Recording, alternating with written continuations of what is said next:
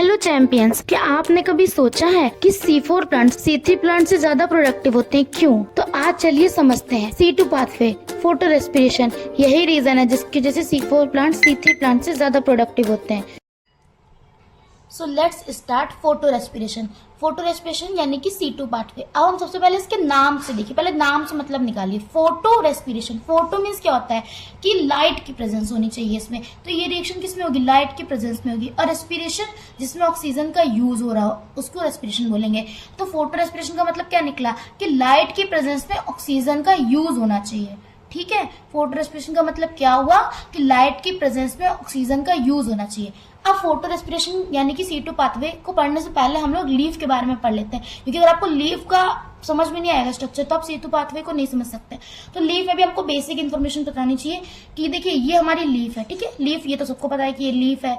Leaf के अंदर देखिए ये मीजोफिल सेल्स हैं, ये भी सबको पता होता है कि लीफ के अंदर मीजोफिल सेल्स होती हैं। और मीजोफिल सेल्स में ये देखिए क्लोरोप्लास्ट है, और क्लोरोप्लास्ट में क्या होता है? स्ट्रोमा होता है। यहाँ पे हमने क्यों लिखा है कि क्लोरोप्लास्ट में स्ट्रोमा होता है? अब इसका रीजन ये है, देखिए आपको C3 आप लोगों ने पढ़ा होगा कि C3 और C4 जो है साइकिल्स होती हैं, तो थोड़ा हम उसके बारे में जान लेते हैं। तो हम C2 पाथवे को पढ़ेंगे तो हमें ये और इजी लगेगा। प्लीज इसको जो है ध्यान से देखिएगा। क्लोरोप्लास्ट में क्या होता है? स्ट्रोमा होता है और थाइलेकॉइड्स होती हैं। आपने ये चीज अच्छे से पढ़ी होगी कि क्लोरोप्लास्ट में क्या होता है? स्ट्रोमा होता है और थाइलेकॉइड्स होती हैं। स्ट्रोमा में क्या होती है? कार्बन रिएक्शंस होती है ना, जिसको हम लोग C3 और C4 साइकिल बोलते हैं। तो स्ट्रोमा में क्या होता है? RuBp किससे बाइंड करता है? CO2 से बाइंड करता है, जैसे हम लोग क्या कहते हैं C3 साइकिल। स्ट्रोमा में कौन सी रिएक्शन होती है? RuBp CO2 से बाइंड करता है और क्या होता है? C3 साइकिल होती है। और क्लोरोप्लास्ट में थाइलेकॉइड में क्या होता है? थाइलेकॉइड में नहीं, थाइलेकॉइड के मेम्ब्रेन में क्या होता है? फोटोलिसिस ऑफ वाटर होता है। क्या होता है? Photolysis of water. Photolysis means क्या होता है? फोटोलिसिस यानी कि लाइट की प्रेजेंस में, लिसिस मींस टूटना। कहीं पे भी अगर लाइसिस वर्ड आता है तो मतलब कि वो चीज टूट रही है, तो यहाँ पे लाइसिस मतलब कि टूटना, और फोटो मतलब कि यहाँ पे भी बताया था कि लाइट की प्रेजेंस, तो लाइट की प्रेजेंस में टूटना। क्या टूट रहा है? ऑफ वाटर, वाटर यानी कि पानी। पानी टूट रहा है किसके प्रेजेंस में? लाइट के प्रेजेंस में। तो जब पानी टूटता है तो उससे क्या होता है? ऑक्सीजन रिलीज होती है। तो जब ये ऑक्सीजन रिलीज होगी तो कहाँ रिलीज होगी? इस स्ट्रोमा में ही तो रिलीज होगी। तो ये जो स्ट्रोमा में ऑक्सीजन रिलीज होती है, इससे क्या होता है कि O2 की कंसंट्रेशन स्ट्रोमा में बढ़ जाती है। क्या होता है? O2 की कंसंट्रेशन स्ट्रोमा में बढ़ जाएगी। क्यों बढ़ेगी?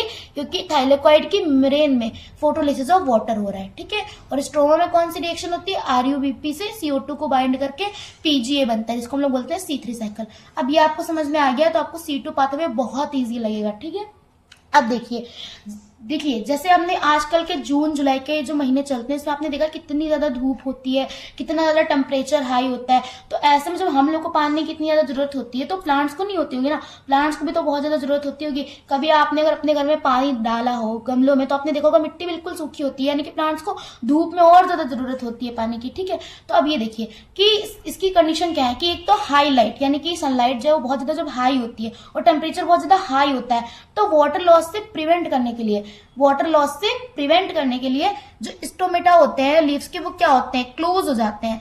अब जब स्टोमेटा क्लोज हो गए तो वाटर लॉस तो नहीं हो रहा है, यानी कि ट्रांसपीरेशन का प्रोसेस तो नहीं हो रहा है, बट इसके साथ साथ एक नुकसान भी तो हो रहा है ना। हर चीज के प्रॉन्स और कॉन्स दोनों होते हैं। तो इसमें क्या है? स्टोमेटा क्लोज हुए तो एक फायदा तो हुआ कि हाँ वाटर लॉस नहीं हो रहा है, पर एक नुकसान भी हुआ, वो अंदर नहीं आ पा रही है और जो O2 है वो बाहर नहीं जा पा रही है, यानी कि कोई भी गैसियस एक्सचेंज नहीं हो पा रहा है। क्या हो गया कि जब हाई लाइट और हाई टेम्परेचर होता है तो वाटर लॉस को बचाने के लिए स्टोमेटा है वो जो क्लोज हो जाते हैं, जिससे क्या होता है कि कोई भी गैसेस एक्सचेंज नहीं होता है, यानी कि O2 जो है, प्लांट्स हमें O2 देते हैं तो जो O2 है वो बाहर नहीं निकल पाती है, और हम प्लांट्स को क्या देते हैं? CO2। वो जो CO2 है वो अंदर नहीं आ पाती है। तो इससे क्या होगा? जब O2 बाहर नहीं जा पा रही तो O2 की कंसंट्रेशन यहाँ भी बढ़ेगी, और यहाँ पे भी हमने देखा था कि जो O2 की कंसंट्रेशन है वो स्ट्रोमा में बढ़ रही है। क्यों बढ़ रही है? क्योंकि फोटोलिसिस ऑफ वाटर, तो O2 की कंसंट्रेशन बहुत ज्यादा बढ़ जाती है और CO2 बाहर अंदर नहीं आ पा रही है, तो CO2 की कंसंट्रेशन क्या होती है? स्ट्रोमा में डिक्रीज हो जाती है। आप देखिए अब रुबिस्को एंजाइम का फंक्शन, अगर आपको रुबिस्को अच्छे से पढ़ना है तो आप मेरी एक शॉर्ट वीडियो अपलोड है उसे प्लीज देखिएगा।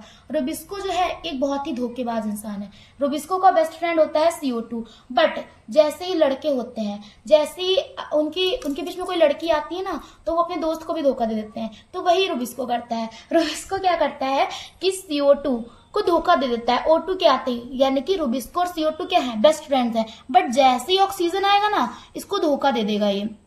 ठीक है। अब आपको ये समझना है कि देखिए जो रुबिस्को की जो O2 और CO2 से बाइंडिंग होती है वो कॉम्पिटेटिव होती है। ये एनसीईआरटी की एग्जैक्ट लाइन है कि जो रुबिस्को होता है वो O2 और CO2 से कॉम्पिटेटिव बाइंडिंग करता है। इसका मतलब क्या है कि जब तक CO2 और O2 इक्वल अमाउंट में है तो ये CO2 से ही बाइंड करेगा, बट जैसे ही O2 की जो है कंसंट्रेशन ज्यादा हुई वैसे ही ये रुबिस्को क्या करेगा, O2 से बाइंड करने लगेगा।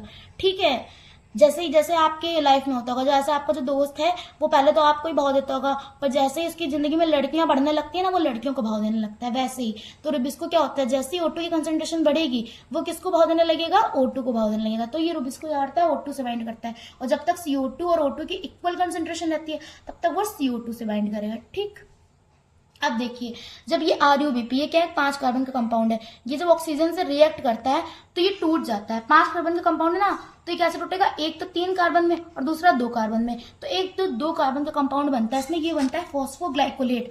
इसको आप ऐसे याद कर सकते हैं, जैसे कोलगेट मंजन होता है ना, उसका नाम उसी से राइम कर रहा है, तो फॉस्फोग्लाइकोलेट बनता है। और यहाँ पे 3 कार्बन का एसिड बनता है जिसको हम लोग बोलते हैं PGA, इसको बोलते हैं फॉस्फोग्लिसरिक एसिड या फॉस्फोग्लिसरेट। अब यहाँ पे देखिए, यहाँ पे 8 है और यहाँ पे फॉस्फोग्लाइकोलेट है, इसको आप कोलगेट से ही याद करिएगा, वरना फॉस्फोग्लाइकोलेट और फॉस्फोग्लिसरेट में बहुत कंफ्यूजन हो जाती है। बट आपको इसको किससे राइम करना है, कोलगेट से। ठीक है, तो फॉस्फोग्लाइकोलेट और ये क्या है, फॉस्फोग्लिसरेट। ठीक है, तो ये जो फॉस्फोग्लाइकोलेट बनता है यहाँ पे, ये किसी भी काम का प्रोडक्ट नहीं है, किसी भी काम का। तो इसी वजह से जो फोटो रेस्पिरेशन होता है ये टोटली लॉस है, क्योंकि इसमें क्या होता है, ATP और NADPH यूज हो जाते हैं। ठीक है, मतलब NADPH तो नहीं बट ATPs में जरूर यूज होता है। तो इससे क्या होता है कि एनर्जी लॉस हुई प्लांट की। ठीक है, और उल्टा ना ATP फॉर्म हो रहा है ना NADPH फॉर्म हो रहा है, ना ही तो इसमें शुगर बन रही है, उल्टा कौन सा बन रहा है, वेस्ट प्रोडक्ट बन रहा है। जो फॉस्फोग्लाइकोलेट बनता है इसका प्लांट में कोई भी यूज नहीं है, तो ये क्या है, वेस्ट प्रोडक्ट है। तो बताइए फोटो रेस्पिरेशन से कोई भी फायदा हुआ है, कोई भी फायदा नहीं हुआ। एक तो बेकार का प्रोडक्ट बन गया फॉस्फोग्लाइकोलेट, दूसरा एनर्जी और लग गई, ना तो ATP बना ना तो NADPH बना, ना ही कोई शुगर बनी। ठीक है, तो ये वेस्ट प्रोसेस है। अब अगर कोई इंसान है, अगर वो अपना फालतू में कोई भी चीज वेस्ट करता है तो उसकी प्रोडक्टिविटी कम हो जाती है ना।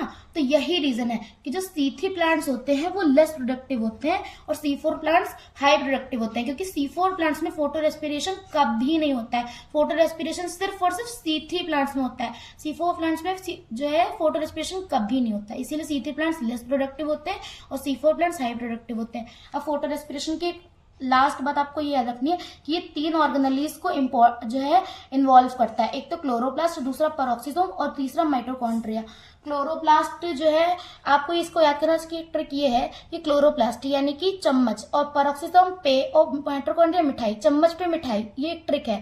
यानी कि C से क्लोरोप्लास्ट, P से पेरोक्सिसोम और M से माइटोकॉन्ड्रिया। इसमें जो माइटोकॉन्ड्रिया है ना, यही जो जैसे कोई भी प्लांट्स है वो थोड़ा चीज तो स्टोर करता ही होगा ना, तो वो थोड़ा तो CO2 स्टोर करता है, उसको भी माइटोकॉन्ड्रिया क्या करता है, रिलीज करवा देता है, जिससे भी CO2 की कंसंट्रेशन क्या होती है, स्टोमा में घट जाती है। ठीक है, यहाँ पे देखिए लिखा भी है, photo respiration involves loss of CO2। अब बताइए ये पूरा वेस्ट प्रोसेस हुआ ना, एक तो जो बेचारे ने CO2 स्टोर की थी वो भी लॉस हो गई, उल्टा कुछ काम का बना भी नहीं, उल्टा एनर्जी भी लॉस हो गई।